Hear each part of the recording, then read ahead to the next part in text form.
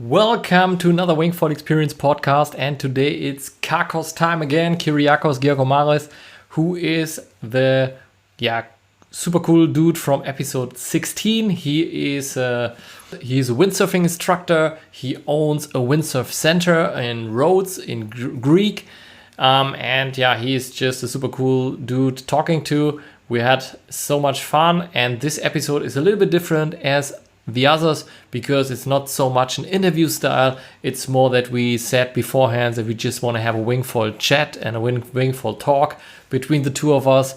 So that's what you get today. And we covered a lot. We covered his progression and also a little bit my progression. We shared some anecdotes. We also had a little look out onto the future of wingfoiling.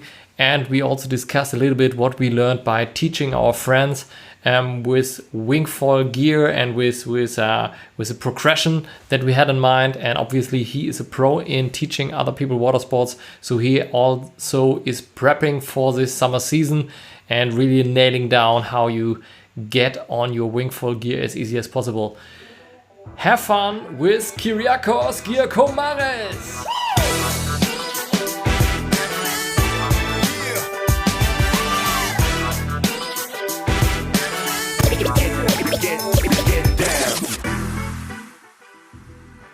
Hello everybody, welcome to another Wingfoil Experience podcast, and today we have a part 2, so to say, with Kyriakos Giakoumaros called Kyriakos. Welcome, yes. Man. Thank you for having me again. Apparently I was so popular, hopefully with the ladies, that you called me back. Exactly. I mean, it's like every podcast that I release, everybody is just direct messaging me like, hey, we want more of Kyriakos. Don't come with Robert Ritchie. It's normal. It's normal. I have this everywhere I go, you know. Great. I mean, for me it's interesting because I don't have this anywhere I go. so it's a nice experience to see the other side. It gets annoying, man, you know. No privacy left. They're just everywhere. All the way. I understand all the celebrities, what they go through, you know. Yeah, totally. So, no, but seriously, man, the only guy that had 2 episodes on the Wingfoil Experience so far is Roberto Ritchie. So now you are second. I'm aiming already. I'm planning for number 3. Like, I don't lose to anyone, right? I'm gonna make a record here. Let's do it. So first of all, last time we talked, you have been, you are an outstanding windsurfer. You're really, really good. I hope so. Come on. I mean, you're not pro, but you are on a really, really high level. Yeah. And you just started wingfoiling. So now, how much wingfoiling did you already do? Like, what's like in terms of months and maybe in terms of sessions? What do you guess? In simply put, not enough. Like, I just want to go out more, you know. I want to do more. The problem for me, like, I've been out as much as I could. So I've been trying like overpowered conditions. I've been trying underpowered conditions. I've been trying to see how low on the wind scale I can actually go when I'm trying to get started, you know, on my level. But unfortunately, the wind here at this time of the year, like, we're kind of between seasons. So it's either full on storm or nothing at all. We have been lucky this year, so we're kind of getting some days that it's nice wind, so I get to go out at least a few times. But like I said, not as much as I would like to. You know, I'm waiting really for the summer wind to start so I can just be out, like, every morning, be out, and every afternoon just windsurfing, and as much as I can do. The one thing I would say that is kind of messing with my stoke at the moment is that I have the one set, the same set that you saw in my YouTube videos of first time wingfoiling, because here all the orders that we made of anything, either now orders or like even pre-orders, they arrive soon, but they're still not here. So this is just something I borrowed, and whatever they gave me, that's what I took, and I'm using that. But at the moment, like, I'm going, and I'm, as you remember, it's strapless, right? And it's no chance to put straps on. And I think that's one of my biggest annoyances, because I'm even with the strapless, I'm trying to jump But maybe I've landed a little jump. Every other big jump, I'm just like, woo, flying, and the board's gone, behind me, like least connected, and I'm always afraid, it's going to fly back now and kill me. Yeah. And the other thing is also I've been able to catch some, like we did a big downwinder with my brother. He was on a kite surf anyway, but we did a big downwinder and like riding waves. I went to a wave spot. I was catching waves, and you can do it. Like I can do it. I'm quite comfortable in the waves, but without straps and with a board that is 120 liters, the feedback you get like around the corner is a bit too much. Like I need a smaller board. I need some foot straps to kind of get better. Yeah. But yeah, it will come soon. I'm just being impatient. Yeah. Nice, man. And like. I mean, that's just for the listeners and maybe the viewers, just for a little disclaimer, like we said, we're not going to do this typical interview thing. We're just going to have a chat about wingfoiling. So yes, exactly. I'm going to ask questions, but maybe Kyriakos also has some questions, and we can just go back and forth. And for the jumping, I have to tell you, I started also without straps because I'm coming from strapless wave kiting, so I thought straps is not cool and stuff like that, Yeah. And it also helped me not to be so scared of my first crashes, because on a foil, when you crash, you have some leverage, and when you're stuck in the straps, you might hurt your ankle, something like that. So now I'm more comfortable riding strapped, and I started jumping. And what really is super cool right now is I improved my jumping technique. And I have a great wing, a great stiff wing with a boom. The slick. Yeah. And now I can jump already, like, let's say 12 to 14 knots. I can jump really, like I could maybe on a windsurfing setup 20 to 25 knots. Like you can really jump like 2 meters, maybe a little bit more, and like 3-4 meters far, and it doesn't sound much, but it's a great feeling, and you can already do it in pretty light conditions, and that's unbelievable. Yeah, I agree, man. You can. I mean, I'm still on the strapless because of the reason I said before, and but like I said, I went to a wave spot. It's a wave spot only in the winter here, anyway. So I was there, and we were riding, and it was just normally there's a lot of wind there when we go, but it was a light day, so it was only kiters out, and I was like, yeah, I'm just taking the wing. So I got out. Bit of a problem getting through the short break with 120 liters and a foil in your hand, But I got through. I'm riding, and you got these massive ramps. Like you don't need them on a wingfoil to jump. But I was like, yeah, why not? And I just launched off these ramps, and I did like 2 or 3 big jumps, where basically I was higher than what the kiters could jump because they were completely underpowered, most of them, But I lost the board. But I'm with a foil, so like I was just pumping the foil, pumping, like really edging it, speeding up, and then hitting that ramp. And like imagine what you jump off flat, but you're jumping off a 2-meter wave, So you're just like straight up. And I was just floating in the air, and I was laughing, I was like, oh, this is amazing. And I was the whole time I'm thinking, I can't wait to get like a small board, some straps. I'm gonna start. The first thing I'm gonna do is I've got a plan, jump. Doesn't matter if I start landing them. Rayleigh, doesn't matter if I start landing it. Back loop. I'm just doing it all in one session, getting it all out of my system. Please, man, do me a favor. Videotape that session. I want videotapes of your last day. No, just kidding. I'm tough. Don't worry. I don't break easily. No, but please videotape it. That is gonna be an awesome YouTube. I will get someone to tape me. Like if I'm in the mood and the weather is good, I'm gonna go out and I'm gonna be like, okay, someone, you have the camera. I don't care that you want to ride. Hold this camera. Look at me. That's it. That's what I'm gonna do. Yeah. But yeah, I'm awesome. I'm loving it, man. The progression. I've got my jibes down like 90%, I would say. I'm getting around them all the time, even more maybe. But I just need a warm up first. And the tacks, so far, I don't know why. I'm stumped on them. Like I can get around some of them, but I always hit the water. So after that, I'm still working on that. I think it's because here in our windsurf spot is quite choppy. And at the moment, because of the weather, it usually smoothens out a little bit, but it's a bit messy, choppy. So I think I'm kind of focusing too much on not like flying out of a wave or a chop or something and losing, getting the foil out of the water, and I end up just losing the speed around. I definitely need more speed. Anyway, I'm doing what I can on a strapless and playing around, and I think a strapless, like you said before, is amazing for beginners and in the beginning to kind of get used to the weight distribution, play around a little bit, see what different things do, that kind of freedom it gives you to experiment. But if you want to start doing tricks, especially aerial tricks, you need some straps, right? Like you want some straps on. But definitely. But if I may interrupt here for a second, with the straps, I figured like especially when you're beginning wingfoiling, sometimes you have your foil mast on the wrong position. Yeah. And then if you have straps, you're stuck to ride in a totally wrong stance. So when you're strapless, you easily figure out, hey, I need to stand a little bit more to the front of the board or to the back.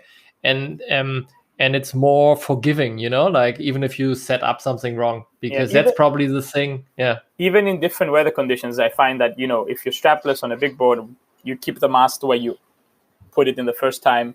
And one session you were out in 15 knots, the other one you're out in 25, the other one you're out in 7. So I think changing your weight around is what helps you kind of be able to do it in all that, which you can't do with the straps, obviously.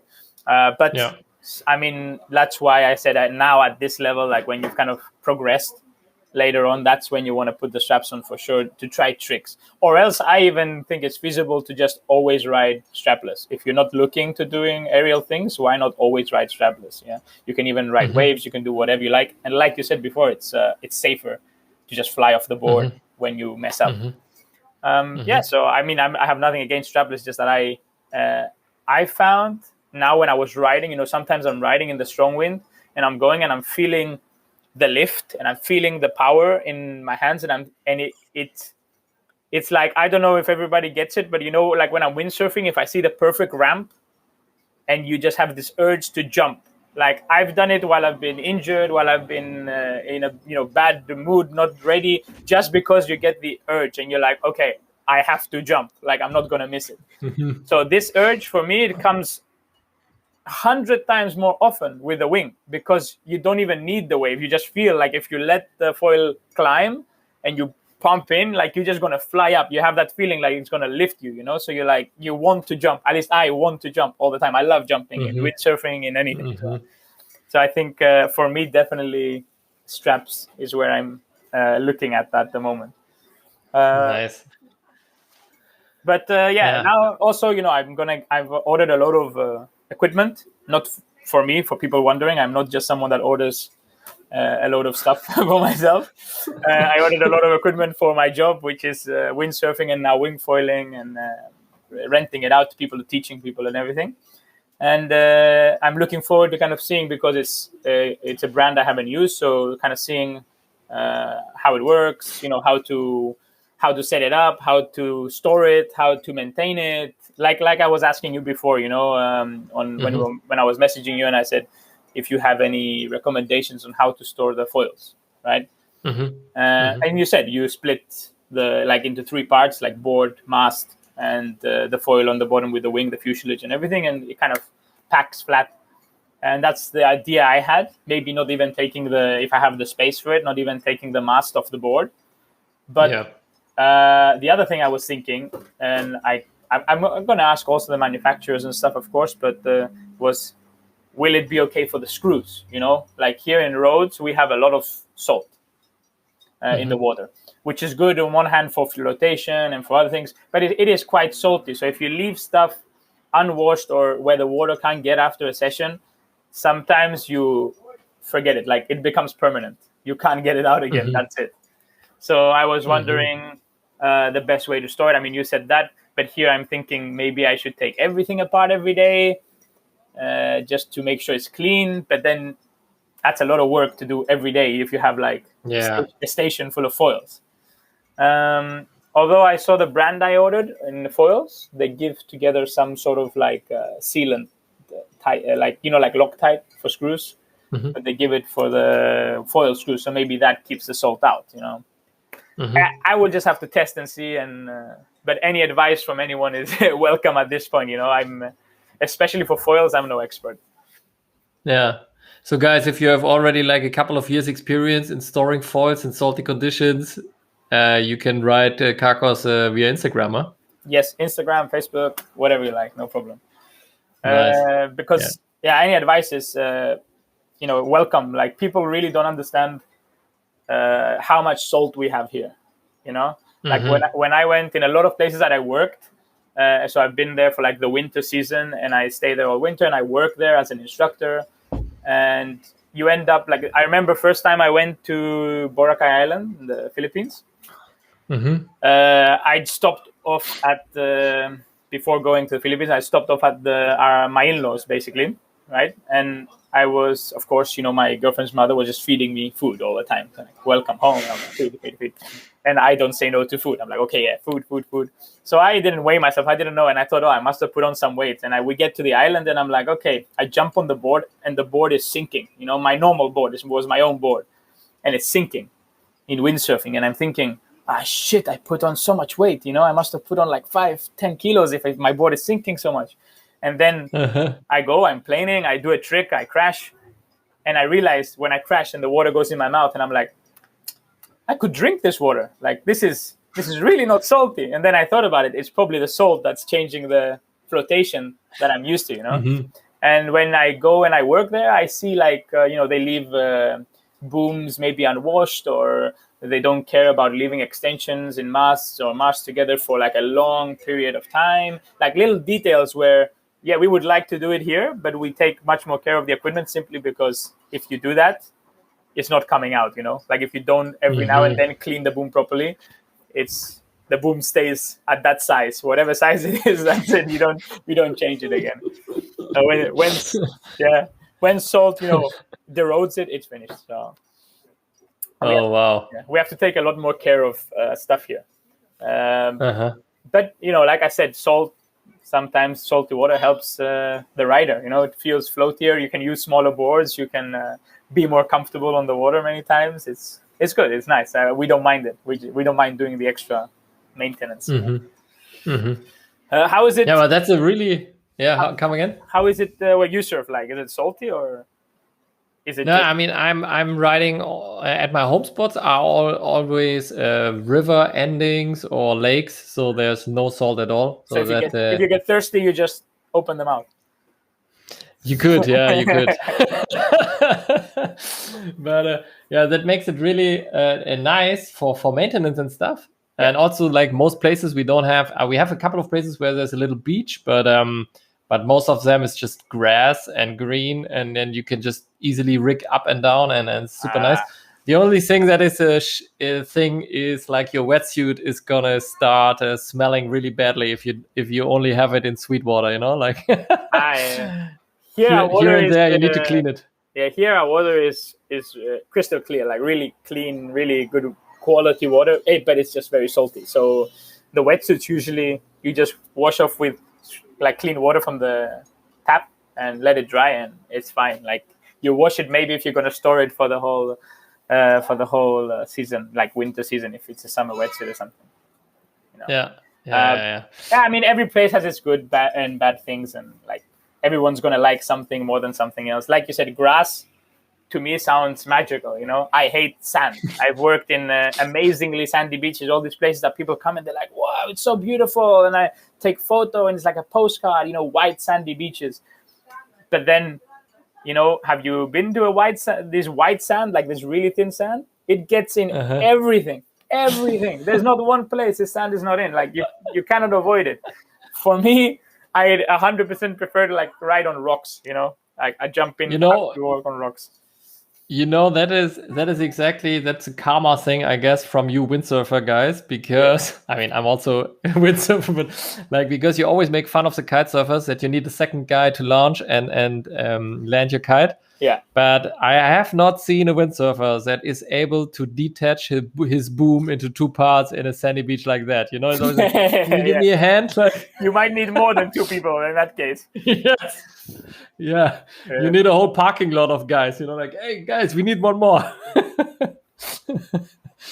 It happens. It happens. Like, it's a lot of work to keep things clean, especially in windsurfing. There's all these nooks and crannies. I think in wingfoiling, I mean, your wing, that you don't have any problem, you know, with sand getting in or anything besides it's the damage over time. Like, that's why you keep it clean.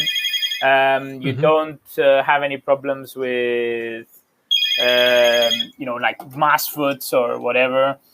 But one moment. But I don't know about the foil. Again, like, I've never actually maintained the foil. We don't really use foils here because we have quite a lot of wind most days. Yeah. So if you don't really windsurf foil in our place, you know, there would be maybe a very limited amount of days a season you would do that, or unless you want to be literally surfing all day, like from the morning till the night. Then you would maybe want to go in with a foil in the early morning or something, because the wind here comes up during the day. But, you know, we don't really have much reason for foiling. Not many people do it here. Like I told you the other time, it's kind of wing foiling and foiling itself is kind of new to the island. Like we are bringing it, the stations, you know, the windsurf stations, the kitesurf stations, we are bringing it. And foiling before that, like windsurf foiling, kitesurf foiling also, there was people bringing their own, but is not that popular for the reasons I said before, and for just because, of course, everybody would rather windsurf normally than with a foil. I would think, you know, that's what I believe about it. But wing foiling, that's a completely different feeling. Like for me, I told you this in the last podcast we did. For me, foiling, I didn't like it. Like, I didn't like the feeling. I didn't like the whole idea of. I like the idea of foiling because for many places in the world, it allows you to get out on the water, and that's what it's all about, right? Like, it allows you to surf in much less wind than you normally need. But I didn't like foiling. Like, when I got on a foil, I was like, I really didn't like the feeling of it. But wing foiling, I got up and I was like, whoa, this is completely different. Like this I'm loving, you know. This is like surfing, flowing with it. So that's crazy. It's really crazy. I had the same experience. I think we already talked about it, but yeah, it's just like kite foiling was okay-ish to me. Like, it's better than sitting on the beach waiting for wind, or it's better than using a 15 square meter kite or a 17 square meter kite. But if I had the opportunity going on a light wave kite session with my 11, or a great kite foil session with my 6 or 8, I would definitely go for the 11 square meter kite and just go strapless. Yeah. And now with wing foiling, I even went out the other day in 30 knots with a 3 meter wing. Yeah. And I wouldn't do it again probably because my foil was too slow. Okay. So I know that was the feeling. crazy, man. The feeling, yeah. Yeah, I'm riding faster on my foil in like 14 to 18 knots with a big wing than in this session with a 3 meter wing, because I was scared the whole time that I'm gonna go in this that my foil is gonna stall. You know, it feels like you're hitting a wall with your foil when you're there's a lot of drag. I had a shitty drag created. Yeah. Yeah. Yeah. I have the foil. The foil I have is not too bad. It's I mean, it's not fast, but you can't call it like super slow at the moment. And I even been able to catch up some windsurfers and stuff. But like you said, always in the lighter winds where they're having a bit of difficulty, and I'm just like, flying.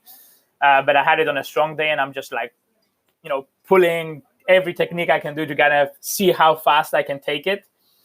And it feels a bit scary and uncomfortable because you can feel the foil itself can't go any faster, although the power is there and everything is there, and there's a lot of drag. And then the slightest mistake you make, because I really face planted a few times with this, like the slightest mistake and you're off, you know, you're like, boom, down. And you're like, But it's that, I mean, like windsurfing, like kite surfing, like most wind sports, the specific boards do specific things better than other ones. But it's the same now with the foil, obviously. Like specific foils are fast, others are turny, others are like for pumping and free riding, there's a foil for everything. You can't push your stuff to do something they're not made to do, you know? Yeah, exactly. It feels like, for me, this day felt like, and we're both riding the same foil, right? The Roberto Ricci Universal foil. Yeah, I think you got a newer model. I don't know if they changed anything on that, but because I've got a one that's not even last year. I think it's either last or the year before. Ah, okay. Mm-hmm. Like I said, I didn't buy it, so I don't know. I've just borrowed it from someone. Yeah. But it's the universal one. So. Yeah. And I think it's a great foil. I'm super happy with it. But now I feel like after I did now, let's say 10 months maybe, or 9 months of wing foiling, something like that. And I really had a lot of sessions. I went basically every time there was wind here. Let's say I had maybe something between 81 and 100 sessions, maybe 80 sessions, something like that, maybe 60 to 80 sessions. Yeah. And but also a lot of shitty sessions, where I could barely ride and stuff like that. So I also count these one in. And in all these sessions, I was super happy with the foil. I can stand on it. I can surf it. But now I feel like I'm ready for a high aspect foil that can go faster. Yeah. I'm the ones I ordered now, actually, they were recommended to me also. I had a long talk with the manufacturer and the team and everything, kind of to pick the right foils. And they recommended some like medium high aspect, like they're kind of in between. They're kind of considered a all-around foil, but that they allow you to do a lot of things on them. So maybe they're not the fastest. Maybe I haven't tried them yet. Maybe they're more than enough, but maybe they're not the fastest, maybe they're not the best in certain things, but they allow a lot of progression. But I think that medium high aspect is what makes a difference from something that is like medium aspect or low aspect. And there's a lot of things to see on a foil, right? And a lot of ways to combine all the different parts of the foils. That's what I was talking with some people here the other time, and I said, okay, it's a new sport. And in general, our sports are expensive. We can't lie about that. Like windsurfing, kitesurfing, wingfoiling. They're expensive sports, especially for sports that, by default, let's say, the people that usually do them are the more chill, like I want to sit on a beach all day and do nothing kind of people. So usually, obviously, they're not the richest of people, So I know a lot of guys that all their money goes to windsurf gear and that's it. They don't really have much left over. That's about it, and it's an unfortunate. It's a bit sad that it's not allowing in that way more people to get into the sports simply because it is quite expensive. And wingfoiling, it's kind of in the same area. Obviously, they're not gonna. It's the same companies making it and everything. But I was saying with someone that if they made the different parts of the foils cheaper, I think they would even make more money of it, because I would like to, for privately, if I had one foil, I would have one foil. I wouldn't have like 3 whole separate foils. But if I had one foil, I would be like, okay, I'll have like 3 different front wings, maybe 2 back wings, the rear wings, and maybe a different size fuselage, or maybe not a different size fuselage. I'll keep that the same, and I'll have like a different size mast. So I'd happily buy more pieces if it was a little bit cheaper. So I think now a lot of people are kind of buying one and restricting themselves to that, and they don't want to, they can't experiment too much. And the sport is so new that it's a shame that people can't just buy a load of different things and experiment. So, but that's why stations are opening, right? Like that's why wingfoil stations, or people are bringing it in stations, so at least people can try there. I'm going to have a load of different things, so all the local guys here, or even tourists coming, they are happy. I'm happy for them to come and just try out different things and find where they stand. That's what we do with that's what we do with our windsurfing and our kitesurfing. Also, simply because we love the sports and we understand that it's difficult to go out and say, yeah, I want to buy that without having tried it a few times, or without having tried the other side. Like, oh, but is that one maybe better for me? So we're always happy to get people to try out a lot of things and have as many choices as we can. Yeah, totally. Like in every sport, you first need to progress to know what you actually need and what you like and what you don't like. But it's hard to progress if you're stuck with something that is really shitty. Yeah. So you need a great salesman that really understands what you want to do and what your capabilities are, and that can recommend to you the right gear to start. But also you need just some experience, so if you cannot rent something from a station, I mean, that's perfect. If you go to a place, that's how I started kitesurfing. I was a windsurfer. I only had windsurf gear, and the first 2 or 3 trips that I did, I only rent, because I don't know what I need, and I don't know what kites I like, and what sizes I'm gonna need, and you need the experience firsthand. And then I think when you get this down, then you can basically keep it simple again. Like then you might end up with one foil because you have the exact right foil for your needs, and you have maybe the exact board for your needs, and yeah. Yeah, and like now for me in windsurfing, where I am at a high level, I have one board, one sail. That's it. Like I don't use anything else, and I can use it in a huge range of wind. Like I know what weather Rhodes has. I know that I can use my stuff in a high range, like a really wide range of wind. But it took me years to get there, Like I used to have 3 different sails, and I used to have 2 or 3 different boards. But now I just buy, also the advancement in technology kind of, like my board now is super short and super kind of fits into a lot of different things that you might want to do. So then you're happy to use one. Like you're making some sacrifices, but at the end of the day, it's all about the rider, right? So I just have one gear. And on wingfoiling, I have obviously a lot of knowledge about my spot. I have a lot of knowledge when it comes to wind and board shapes and kind of looking at stuff and understanding, even through all that marketing language, like we were saying the other time, kind of understanding what is what they're actually saying that it does, because if you just believe everything they write on the websites, for example, every company has the best whatever you're buying.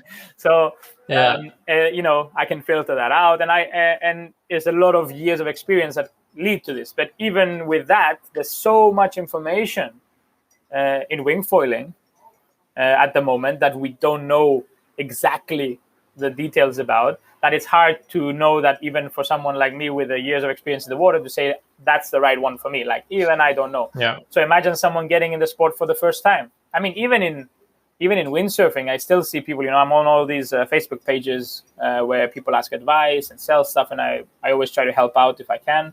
And there's still people saying, I want to start windsurfing. Can I start with this and this? And it's completely wrong setup. Like, no, you cannot start with that. Like you're gonna just get disappointed and throw it all out, and that's it. You don't stick to the sport, and it's nothing to do with the sport. It's to do with your choice of equipment. But there's so much info, even in a 40-year-old sport, that how do you choose and how do you filter through all that info if you know absolutely nothing? It's impossible, really. Like it's not possible. So hopefully, also with the advancement of technology, wingfoiling, but it's no way around it. Like you just have to learn and trial and error and kind of find it. I don't think there's a way around it for any sport. Yeah, totally. But I feel like I also want to help out a lot of people, and I get direct messages now also through the podcast, obviously, but also on the beach. Like people come up to me, like all the windsurf community here. Last year, it's not a secret. Last year, there were a lot of jokes and on my on my behalf, or how do you say that in English? I don't know. And then that was super funny and everything.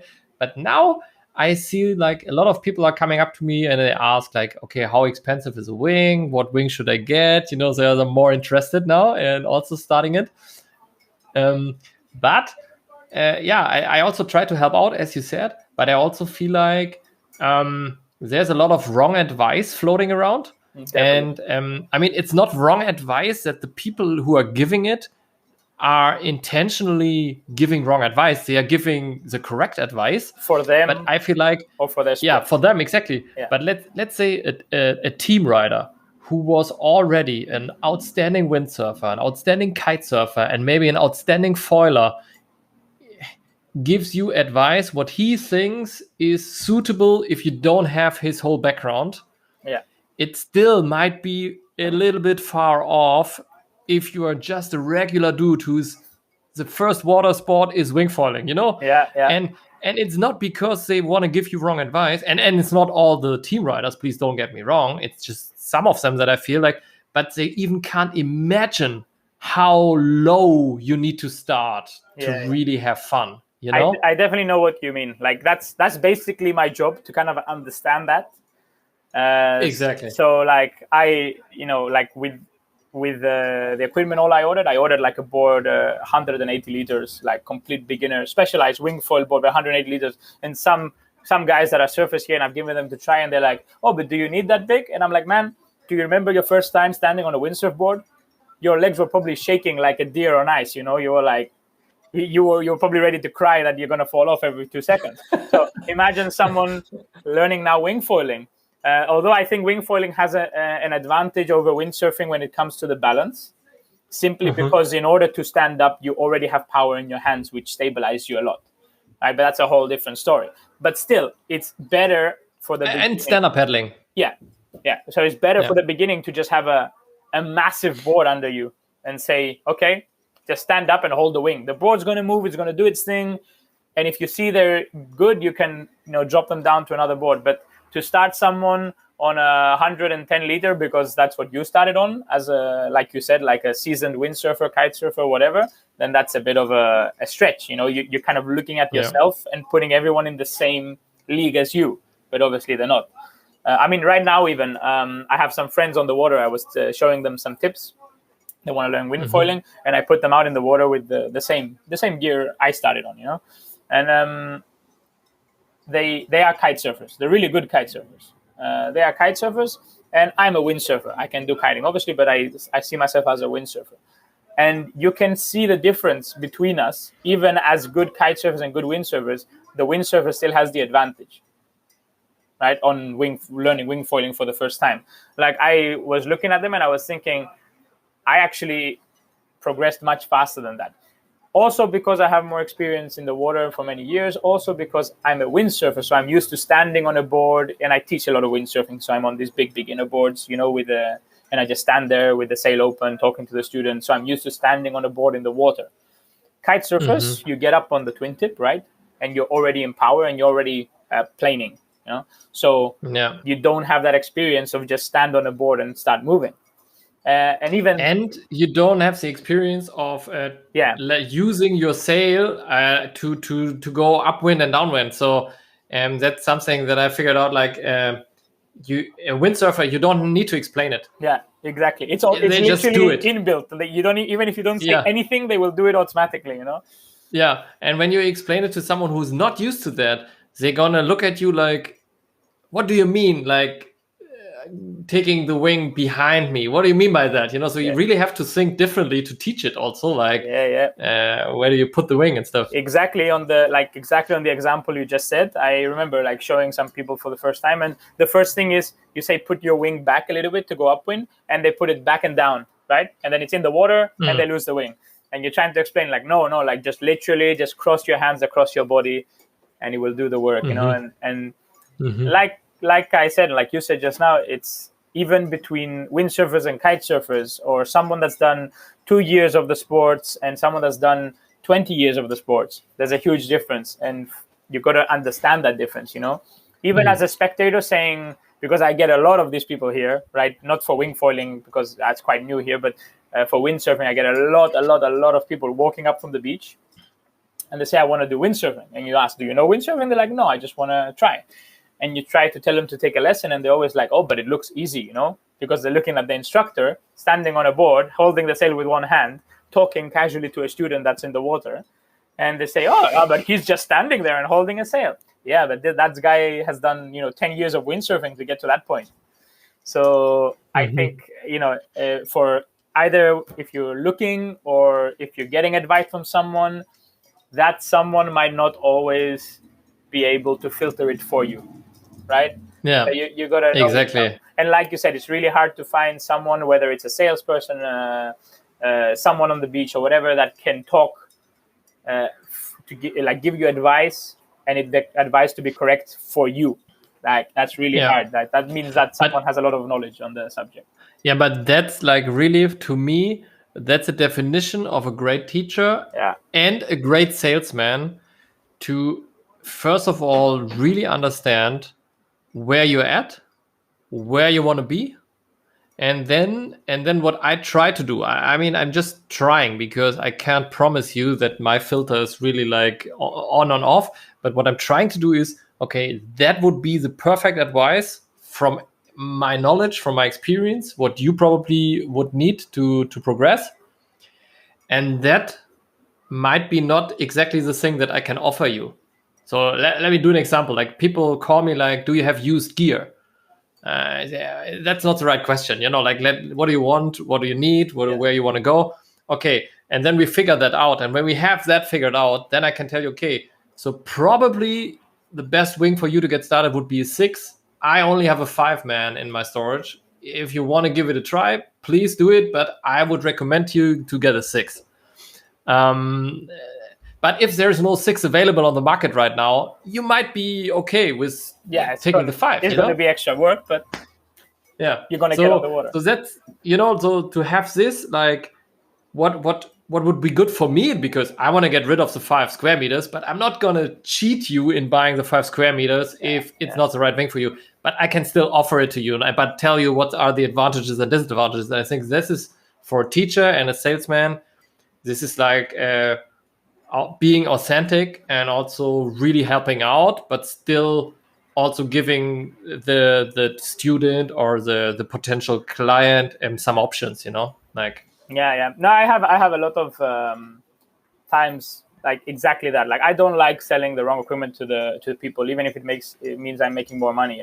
I have people that come and they're really dying to buy a windsurf board, and they're asking, and I want that board and I want that board. They don't know, like, they're beginners, let's say. And I say, I don't have that board you're looking for. I don't. I said, the other best options for you might be this, but again, I'm not sure it would be good for you. It's better if you want to come and try it one day, not just buy it straight off. And then they're like, oh, but what about that one? And I tell them, like, no, that doesn't work for you, and they think I don't want to sell it for some, I don't know, weird reason. And they're like, oh, but I'll pay like full price for it. And I'm like, no, it's nothing to do with the price. Like, that board was not for you, right? Like, an example is people, when they, like, I made a video on this on YouTube when it comes to windsurfing boards and the sizes, and they, like, it's not all about just the volume. So I have people that go, I want a 115 liter board to go out now. And I'm like, okay, but all my 115 liters are out in the water. You're unlucky. I have 5 115 liter boards. They're all out in the water. And then they look at a slalom board I have here, and they're like, what about that one? That's 116 liters. That's okay. And I'm like, no, that's a pure slalom board. That's completely different kind of riding. And I know, I've seen him ride, so I know that he cannot even ride that board. And they're insisting, and they think there's always some reason I'm not giving it, like a conspiracy reason, like, oh no, I'm keeping it for someone else, so I don't want you to use that, it's too good or something. But it's not that. It's just not for you. Simple as that. But sometimes you have to fight with the person himself, the one asking you for the equipment. But it's a complicated subject, the equipment and the right equipment and the right choices. There is no right choice. Just go for it. To switch topics here a little bit, I wanted to share an anecdote with you that I just remembered. There's on my one of my favorite sports. Normally it's a windsurfing spot, and it's normally only crowded if it's like at least 18-20 knots plus. So a lot of days now with wingfoiling, I'm going there and I'm completely alone. There's and when there's good, and normally we are windsurfing there when the weather is really shitty, like stormy and maybe rainy and strong winds. So I never knew that there are a couple of old people just going there for walks, maybe all only sitting in their cars looking on the water. And I became friends over the winter, so to say, with an old man. I don't even know his name. He's maybe 80, 85 years old, and he's always there if the weather is like light wind and I'm wingfoiling. And I had this funny encounter with him, because we were chatting when I'm setting up my foil. And then there was this one day where there was more wind and he was there. And I arrived on the parking lot and he came up to me and he said like, hey, I already told the other guys that there's this new thing, and I don't understand why are they not doing this? You know? I already explained it to them, you know, that you can fly over the water and you can go in strong wind and light wind. Yeah. and I found this very funny because I can imagine him, you know, like imagine an 85-year-old guy with a stick explaining all the windsurfers that they're having it wrong. Yeah. It's like, why are you on the water? You should be over it. Like, you should be flying. Yes. Yeah. That's funny. Yeah. And I was thinking, you know, it would be super funny to make a video or maybe or a comic or something like that, where you actually pretend that wingfoiling has been around for 30, 40 years. And windsurfing and kitesurfing is completely new for like 1 season or 2 seasons, you know? Like imagine what kind of talks you would have, you know, like you're coming from the water as a wingfoiler and you're like, dude, why are you planing on the water? It's choppy. You know, like it doesn't make any sense. You can just ride over the chop, you know, like Why are you having why do you need 30 knots to have fun? Like, yeah, why do you need a harness? It's easy, you know, like just hold it. Yeah, just hold your sail, man. It's not that complicated, you know. And also, why do you need big kites? You know, like why do you need 12-meter kites? Just take a 5 or 6 meter wing. More than enough. It's exactly. Yeah, it's funny to think of it the other way around. Actually, now you're explaining to people. You know, a lot of people come. Also, I don't know. Maybe it looks big. I have a 5-meter wing, you know, and they see it, the windsurfers, and they're like. They're maybe not even planing at all, and I'm just up and down cruising, and they see me and they say, "Oh, what size is that?" The kite, they call it kite. You know, they don't call it wing if they don't know what it is. Like, what size is that kite? Sail or whatever? And I'm like, "Oh, it's a 5-meter." And they're like, "Really?" Like they thought it was much bigger. You know, especially because not only am I planing and like passing them and everything, but I guess it looks a bit big also in the water compared to a windsurf sail because of the shape. And they always like, really, you're on a 5? And I'm like, yeah, I said, and I'm actually more than enough power. I could probably use smaller, you know? And they're always so surprised, like, oh my God. And I think that's one of the things that excites a lot of people, first of all, that you can go with this, like a normal, like a 5, 4.5, and you can go out in like 10 knots. And you're flying, you know, and the windsurfers are just sitting like ducks and not going anywhere. Kite surfers maybe not even launching their kites, and you can ride. You know? At the moment, the lowest I've been in with my 5-meter, but the universal wing, like the universal foil, it's not. You can obviously get a bigger one, a bigger foil, and then you would you could go even less wind. But with the universal one, which is what's the surface area on it? Like 1,580, something like that. Yeah, 1,582, I think. So like with a foil like that, I've been able to go out in 10 knots multiple times, and I'm big. I'm like 90 kilo, you know.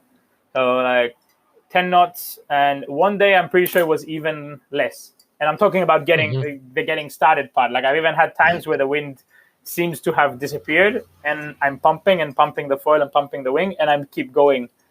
Through this big gap of wind and then out the other side, and you're like, you know, you don't even stop there when the wind basically nearly disappeared. So I think that's really exciting for many people. And at the moment, I've managed to have fun in like 10 knots. You know, for me, that's amazing that you can have fun in 10 knots.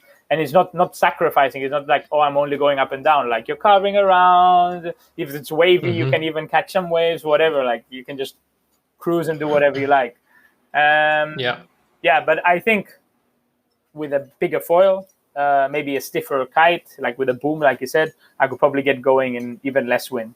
But I'm around the 10 knots. Like, and you know, man, and that's so 2 things here. So the first thing is I'm not excited anymore about wingfoiling because it's a low wind sport. I'm just excited about the sport right now. For sure, you know, for sure. I feel like I also like riding a 3-meter wing, but I probably need another foil for really high wind. But I'm really excited about that. And the second thing is, like, I tried so much gear, and I also try to stick to my personal gear most of the time. So if I'm testing something, I just go and say, okay, today I'm going to test this foil or this board or this wing, and I do it for, let's say, 20 minutes, 30 minutes, maybe another time again in different conditions.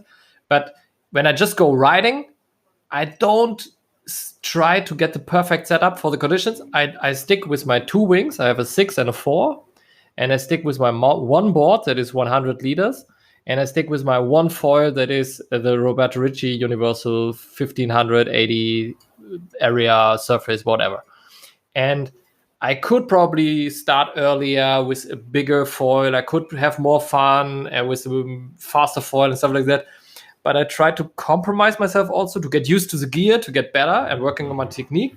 And also because I really want to know like what's possible. And I found out with this one foil, with this one board and a proper technique, I always, when there are windsurfers, I take my 4 meter.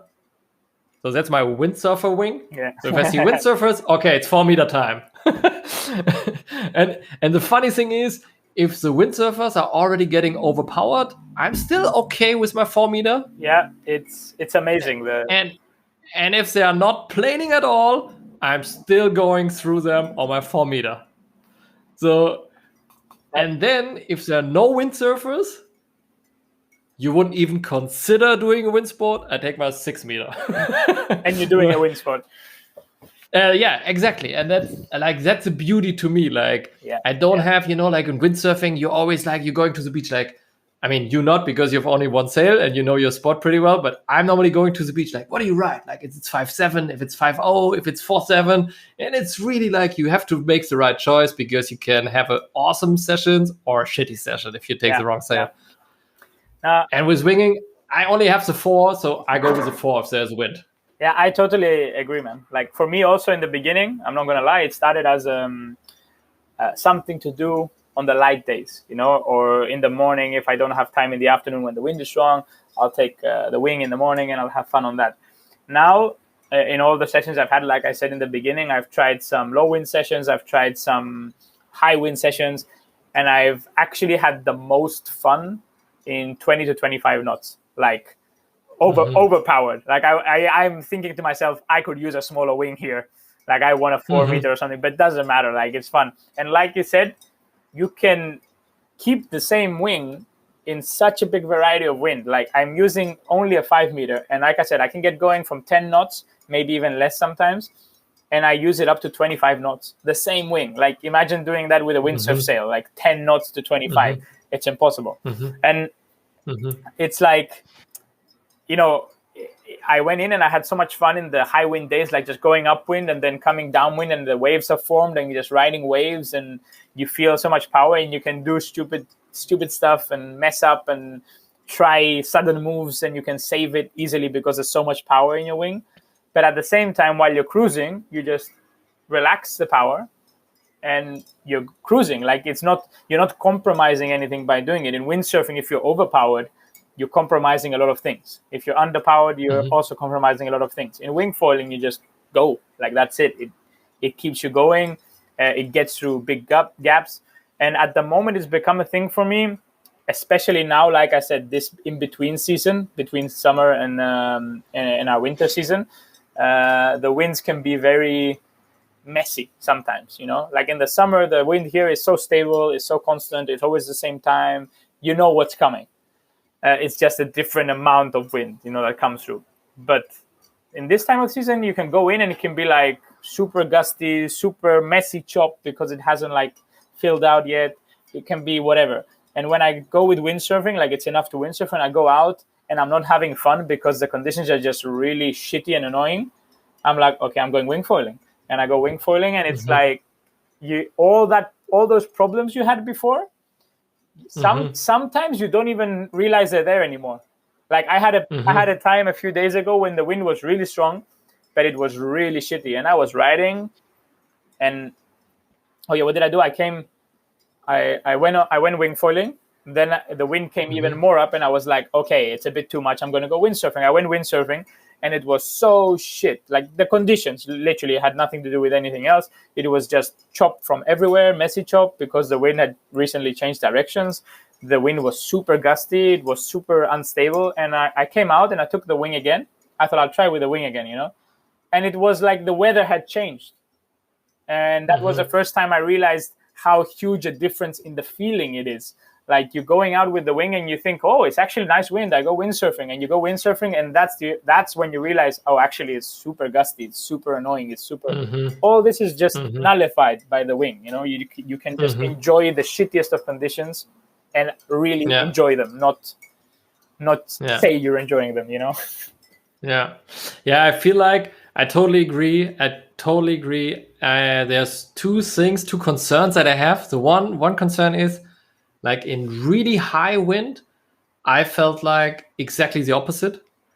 Because at one day that I had, there were like 30 knots and there were gusts.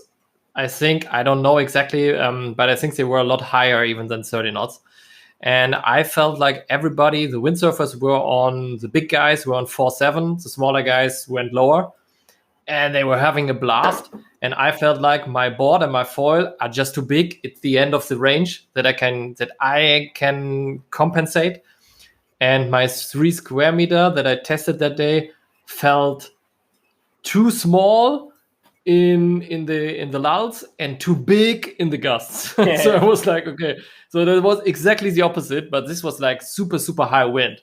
And I wanted to see where are the limits of my gear, you know. So that was also interesting. So I wouldn't do it again. It was no fun. I was just scared. I peed my pants, you know, like. But I think also you're talking about quite aggressive change of conditions. You know, here we hardly ever have that. That's a really rare thing in the winter, maybe. But still, I did have a day similar where on the full power it was too much. Like it was just like full, and it was very gusty, and I was like, because I had to really hang back on the wing to control it. But then when the wind cut, you were suddenly like falling back, and it was carving upwind, and you kept going like whoop, whoop. And what I did that day, like I still enjoyed myself because I went in. Okay, it was shitty the first, let's say, 20 minutes, because what I did, I went in and I just kept climbing upwind, upwind, upwind, upwind. And then when I was tired, I was like, okay, turn around. And I did like a mini downwinder, you know, catching waves. So I was hardly using the wing at all. I was like, speed up, open the power, catch a wave, ride it, jibe, speed up. And again, the same thing. And I was just playing around like that, you know. So even in the worst, that's why I said even in the worst kind of conditions, if it's your style and if you don't mind compromising some things, you can ride like you can do like what I did and kind of find the style to work with the conditions of the day. But okay, for us here, that's really rare conditions. So I know that most days it's not going to be like that for sure. I'm actually really looking forward to our summer winds to kind of kick in and get started. Like any usually like beginning of June, maybe maximum mid-June, the Meltemi wind kind of kicks in. So you know, like it's already kind of like that, but it's a bit messier than it should be. And it kicks in, and we have light wind in the morning.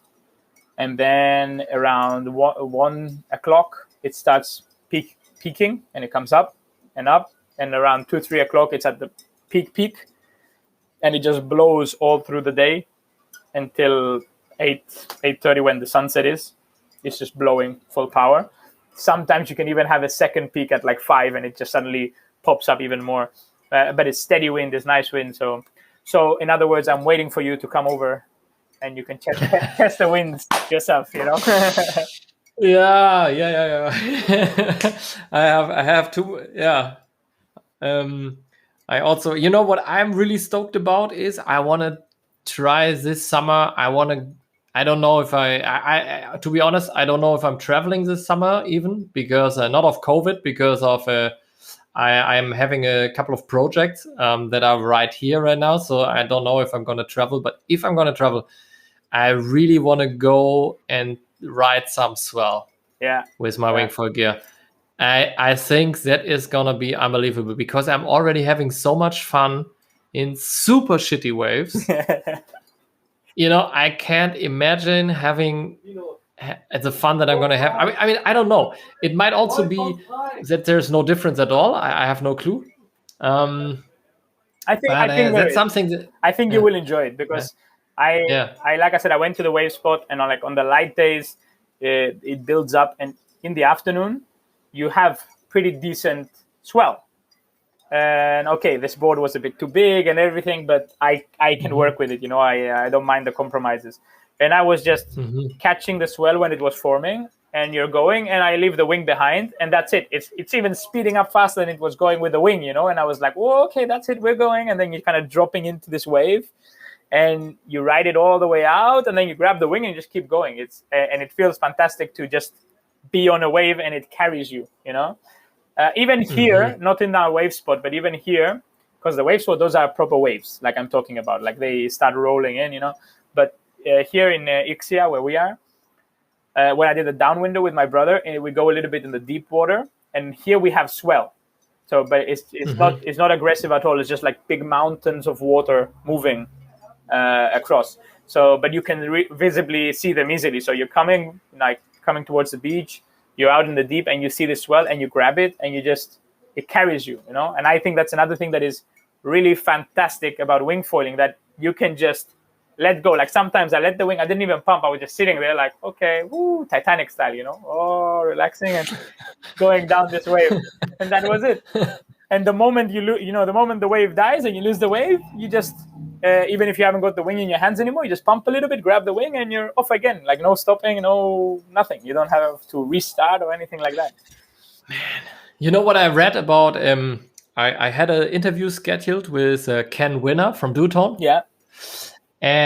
He canceled, unfortunately, because he's swamped with work right now. But we're going to do it another time. And I in my preparation needs to learn to compromise. To prioritize. This is important here. This is the important stuff. Exactly. And he, in my preparation for the interview, I read an interview with him where he basically explained how he built the first wing for himself. And he wanted to do a downwinder, a SUP foil downwinder with Alain Cadiz. And they're both on Maui, I guess. They're both on Hawaii. I guess they're on Maui. And he had an injury in his shoulder. Yeah. And he was scared that he was not able to paddle and to do the downwinder, to complete the downwinder. So he had already seen some guys fooling around with wings. So he I don't know what he did, or if he built one or if he just borrowed one or something like that, like an early prototype thing. And then he just used it for the downwinder. And he thought after that, because exactly what you described, you know, you just let your wing go, but you use it instead of a pedal. Yeah. And he said in the first couple of weeks, he thought this is only going to be downwinding. You know, he didn't imagine that it's going to be a complete sport. He just thought, hey, this is awesome for downwinders. You know, like people going to start doing it just for downwinders. Yeah, he's not wrong, man. Like for me, it's some of the most fun I've had downwinding, and I'm not even that advanced on it yet to like just throw tricks and do sick stuff and, you know, not worry about staying upwind. Like just cruising downwind with a wing, I think is fantastic. Like that's why for sure. For the customers here, when they come wingfoiling, I'm going to try and organize as many times as possible, like a downwind session, because our kite station is like 6 kilometers away, at least, maybe even more. So I'm just going to drive them all up, all the gear and everything. We start there and we just downwind all the way back to here, you know. And that's what we did with my brother. And it's fantastic. Like the sport has so much variety in it, and it's so fantastic in many different aspects. But I agree with Ken that on the downwind, it's like next level. Like you can enjoy a downwind so much, no matter if you have the good conditions or not. It's just like perfect. Nice. It's the perfect thing for downwinding. Nice. And the second thing I'm really looking forward to is like side offshore conditions with waves. Yeah. Okay. This is nice with any of the wind sports, you know, side offshore, big waves. Yeah. I understand that. I always feel a little scared when I'm on my wave kite gear when it's side off, because you know, it's always like if you make a mistake, your kite might drag you out on the open ocean, something like that. You know, it's always like you're riding with a lot of precautions. It's scary with the kites, Yeah, but with windsurfing, you feel a lot more safe, and I think with wingfoiling, and that's also something that I really enjoy. Like if I get myself into trouble, I can just always paddle back. Yeah. And if the wind is really strong, you can just let the air out of your wing and just paddle back to shore. If you have a 60-liter board, even on small boards, I think it's not an issue. You know, that's also very, very cool. I think in general with the sports that your source of power can be put down completely, but still you have the opportunity to kind of lift it again. Obviously, with kiting, you can't drop your kite in big waves and then expect to lift it. Most likely, if you just leave it down in big waves, it's going to be folded up by the waves, But with windsurfing and wingfoiling now, I think these kind of conditions are no problem. Like the danger is very, very minimal, especially when you have waves to back you when you're trying to come back. Like windsurfing, like you said, when I go to offshore conditions, if I ever kite, I'm always super worried. Like there's always this stress in me, And I'm not a person that's worried about the water and drowning and having accidents. Like I'm very comfortable in the water, but it's just even the thought of I'm going to lose my equipment, it's going to go out to sea or something. It's constantly there. No matter how chill you are with the water, it's constantly there, the stress. But with windsurfing, I never have this problem because I know that even if something breaks, I can kind of just pack it together, sit on my board, and use the board to get out. And it's the same on wingfoiling. Even with the small boards, like you said, you can, there's still some flotation there, plus the foil. You can use the waves and get back. It's super safe. I think in general, through all the wind sports or even all the water sports, kind of like if you put surfing and supping and everything in there, I think wingfoiling is one of the safest, if not the safest, when it comes to a lot of things. Also the riding and also the self-rescuing. Because I'm not talking only about the self-rescuing, but like when you're riding, which is very rare, I guess the worst that can happen to you on a wingfoil is you do some stupid shit and you hit the foil, maybe you cut yourself or something. This is why this is the first this is the first sport I ever got a helmet for. I never wore helmets. Yeah, me too. This is the first one I ever got a helmet for because I never had a problem so far. Like I didn't hit anything, but it's better safe than sorry. And I know that when I get other equipment, I'm going to start doing some crazy shit.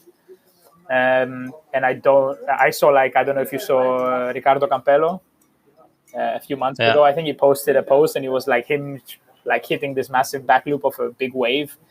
And then the last photo is his head like split open, but he rides just like board shorts and nothing else. And he was like, wear a helmet, guys. Like, that's it. Yeah.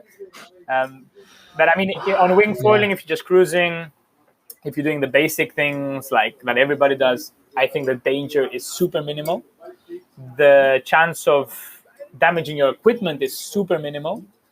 And only if you could start doing tricks, maybe you have to be careful of the foil. But again, I think if you have a helmet on, you've basically solved 80% of the danger. The rest is I get cut, I get this, I get that. It's not lethal in any way. That's what I think. Anyway, I think it's very safe in general.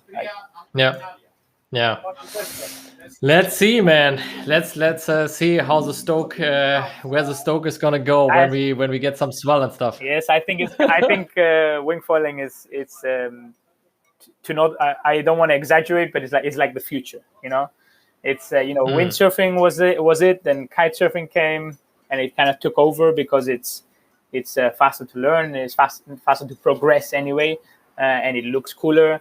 And now wingfoiling kind of, for me, mixes the best of all the other water sports. Like it's easy to get on in the beginning. Like you stand up and the first lesson, you can already be doing some rides, not on the foil obviously, but you can already be doing some rides, right?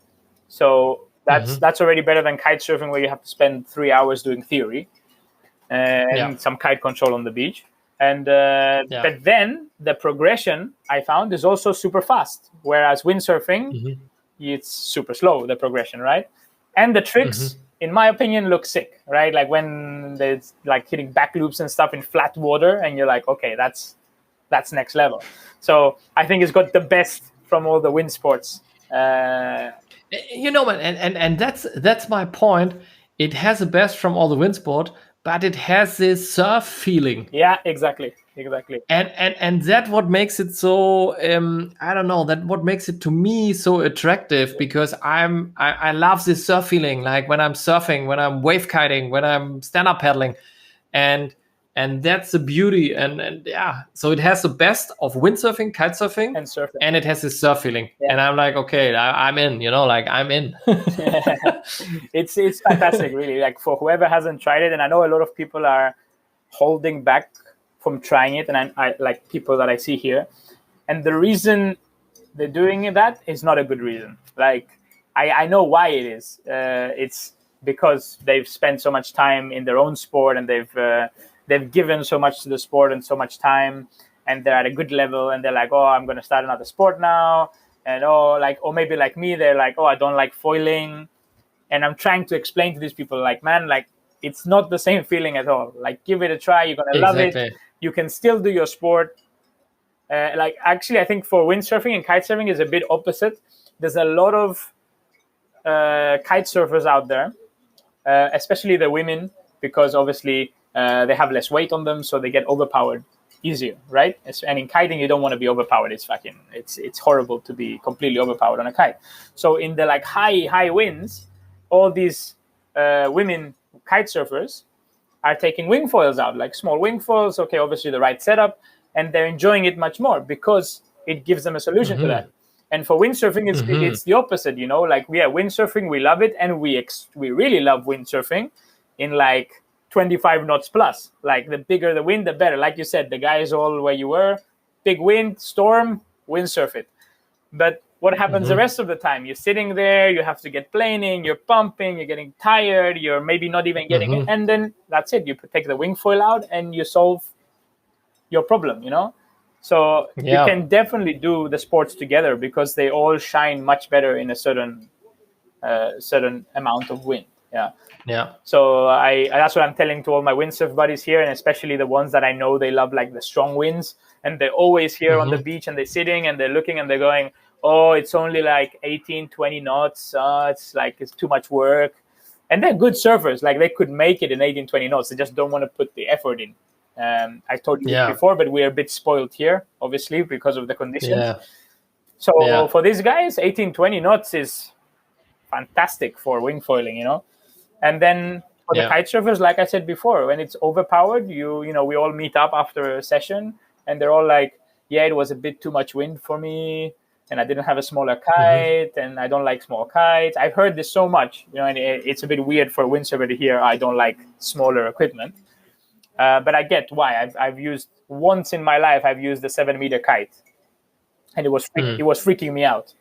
It was like, this shit is moving too fast. Like, why is it? You know, because usually I only kite in light wind, so I was like, why is it moving? You know, my favorite kite is a 6. But I think if you have a 6 wave kite and you're in there just for riding, and you get used to it a little bit, okay. But I was like, first time ever on a 7.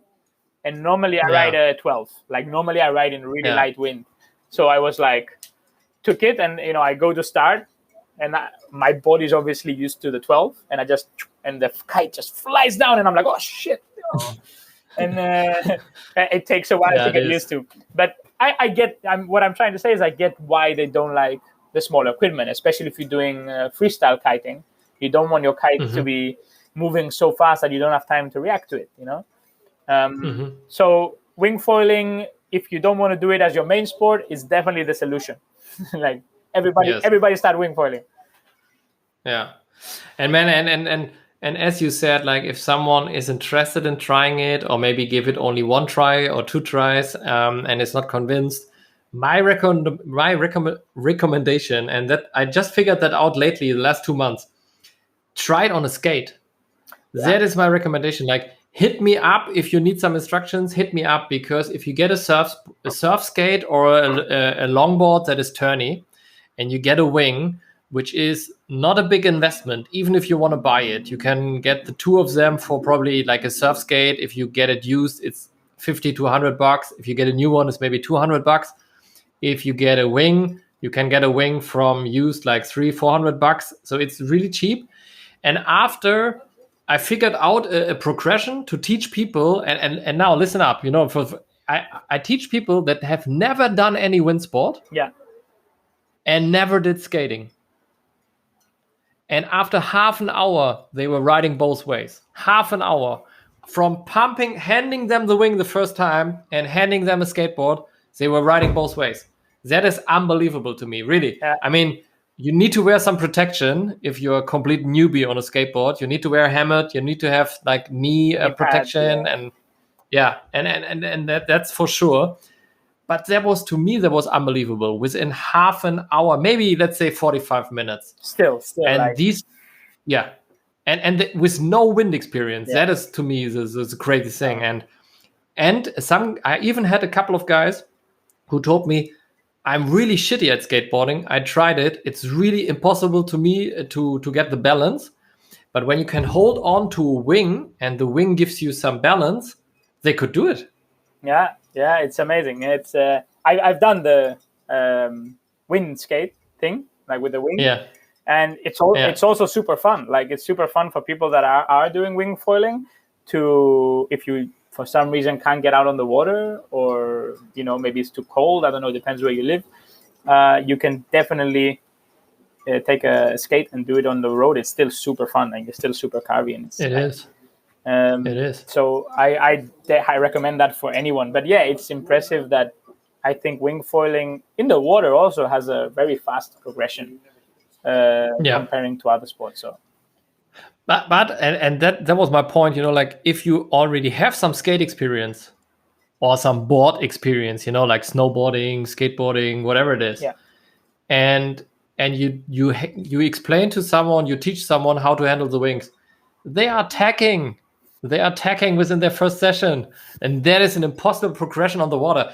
And so the cool thing is, you learn how to tack, you learn how to jibe, you learn how to carve on a skateboard with a wing in probably one session, maybe 2 or 3 sessions, depending where you're coming from. But it's very realistic, and you already know, with a short amount of money, with a little amount of money, with a short amount of time, you already know what you're gonna get when you hit the water. And when you go through that, let's say 5 sessions, 10 sessions, to really learn how to foil.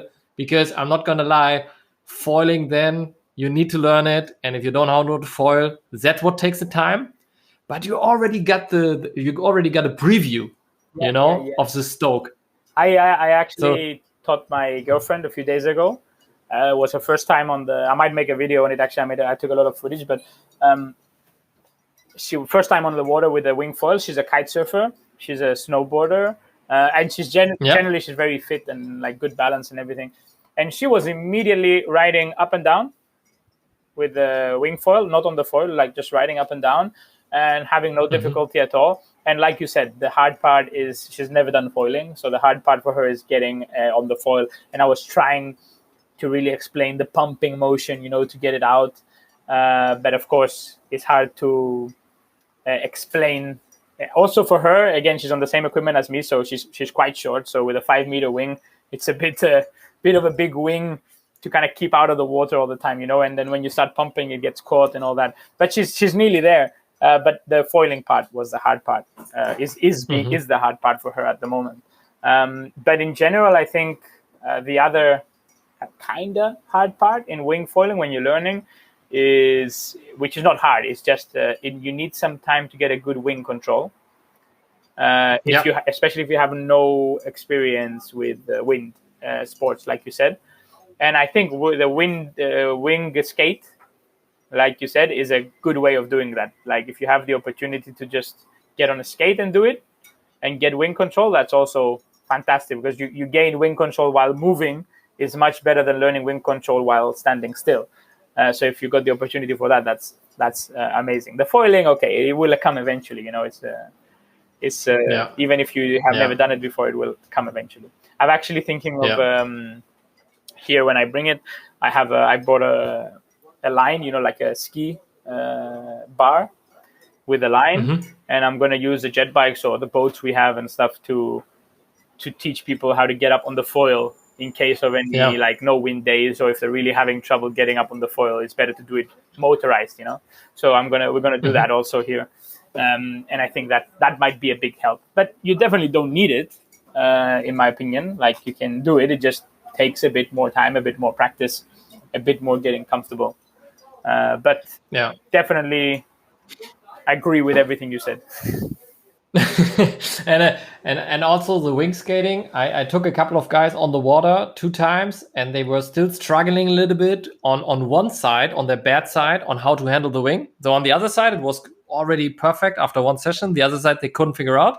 I took some skating 1 session, then we went back to the water, and they were like, "Hey man, that helped me so much," and that was not even my intention. It was just like, Have some fun. I'm still, like testing, and then when I go skating, I ask some friends if they want to come along, so so that was very interesting. And I think, as you said, like figuring this out for the schools, for the teachers is very cool.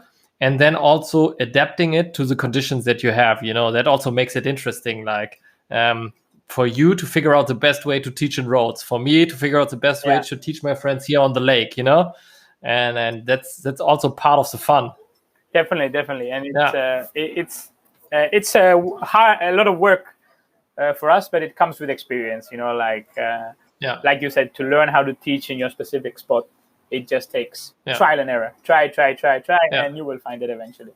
But nice. The nice thing is, depending where you are, like if you're in Rhodes, obviously you don't mind spending a lot of time in the water and just falling in the water all the time. If anything, it cools you off in the middle of the summer, But obviously, if you're doing it somewhere colder, you want to try and get as much info out of the water in order to get you faster doing what you want to do on the water. But I mean, that's the way to learn. Just trial and error, for everyone. Man, let's wrap it up. So if someone wants to go to Rhodes and want to get in touch with you, where can we find you? Well, I am working now, and I manage, and it's my family business at Windsurfers World, and we're a windsurf station, right? But we're trying at the moment we're bringing wingfoiling for sure. Like we're going to have plenty of wingfoiling. What we're trying to do is, I'll announce that later to you if it all goes through properly. We're trying to set up a completely separate area to do the wingfoiling, to have more kind of your own freedom and not too many people in front of you and everything. Although we have a lot of space here, so it doesn't really matter that if you are mixed up with the windsurfers. But we definitely bring in a lot of wingfoiling, and if people are kite surfers, they can also come. We have Air Riders, Kite Pro Center. That's also ours. It's not together with the windsurf station in the same place. Like I said before, we do the downwind from there. So, but wingfoiling, we can arrange it in any of those stations or for anyone, or bring them to the right place. Like it's no problem.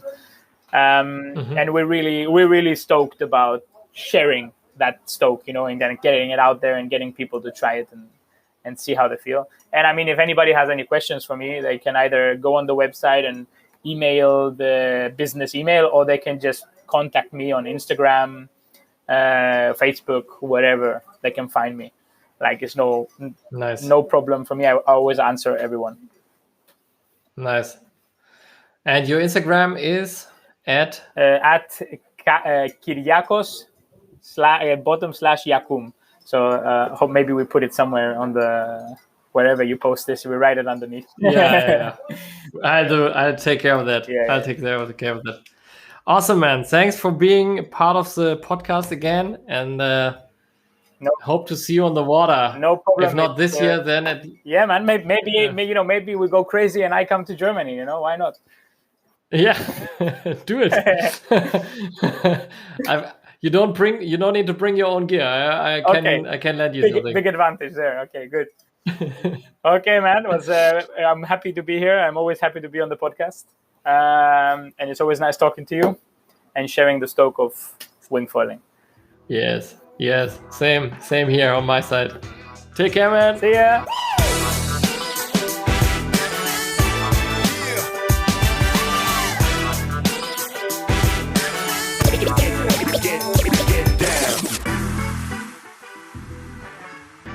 That was the episode with Kyriakos called Kakos. Really enjoyed talking to him. If you also enjoyed watching or listening to this episode, as always, subscribe, like, share it, whatever you feel like. And we really appreciate it. So I really appreciate it. And apart from that, please send me some feedback if you have people you want to suggest for the podcast, or content or topics or questions that I should ask more regularly. Whatever it is. Just feel free to DM me on Instagram. Feel free to send me put a comment on the YouTube video. whatever it is, just get it out. And I really enjoy getting this feedback, because basically doing a podcast is talking into your computer and you don't have any feedback at all. So that really helps. And as always, go check the forecast. If you see some wind, go wing it. Get down.